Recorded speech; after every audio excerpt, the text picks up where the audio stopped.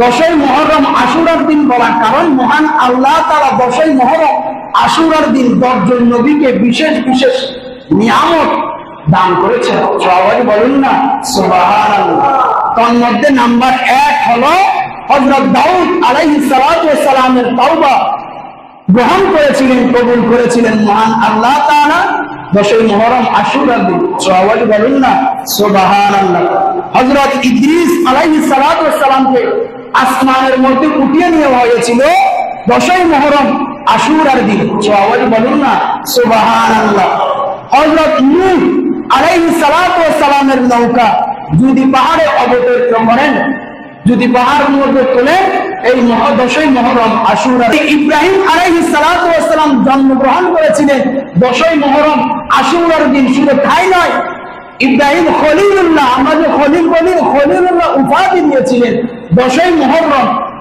হযরত সুলাইমান আলাইহিস সালাতু ওয়াস সালামের রাজত্ব চলে গিয়েছে, ওই রাজত্ব ফিরে দিয়েছেন, ফেরত পেয়েছে 10ই মুহররম আশুরার দিন। সবাই বলুন না সুবহানাল্লাহ।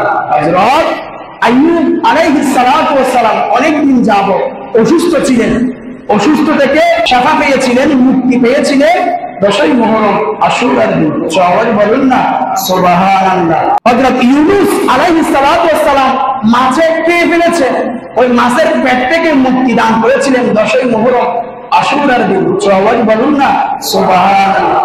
হযরত ঈসা আলাইহিস সালাতু ওয়াস সালামকে আসমানের মধ্যে উঠিয়ে নিয়েছিলেন 10ই মুহররম আশুরার দিন। সর্বশেষ আমাদের নবী হযরত মুহাম্মদ মুস্তাফা সাল্লাল্লাহু আলাইহি ওয়াসাল্লামকে মাগফিরাতের ঘোষণা দিয়েছিলেন 10ই মুহররম আশুরার দিন। সবাই বলুন না সুবহানাল্লাহ। আরেক বর্ণনা পাওয়া যায়, আসমান থেকে সর্বপ্রথম বৃষ্টি বর্ষিত হয়েছিল আশুরার দিন। সবাই বলুন না সুবহানাল্লাহ। এই যে বৃষ্টি পড়ে, এই বৃষ্টি প্রথম আকাশ থেকে বৃষ্টি পড়েছিলেন 10ই মুহররম আশুরার দিন। সবাই বলুন না সুবহানাল্লাহ। সর্বপ্রথম আসমান থেকে রহমত নাজিল হয়েছিল 10ই মুহররম আশুরার দিন। সবাই বলুন না সুবহানাল্লাহ। শুধু তাই নয়, হযরত উমর রাদিয়াল্লাহু তাআলা আনহু রাসূল পাক সাল্লাল্লাহু আলাইহি ওয়াসাল্লামকে আরজ করলেন, ইয়া রাসূলুল্লাহ, মহান আল্লাহ তাআলা 10ই মুহররম আমাদের জন্য অনেক ফজিলত দান করেছেন।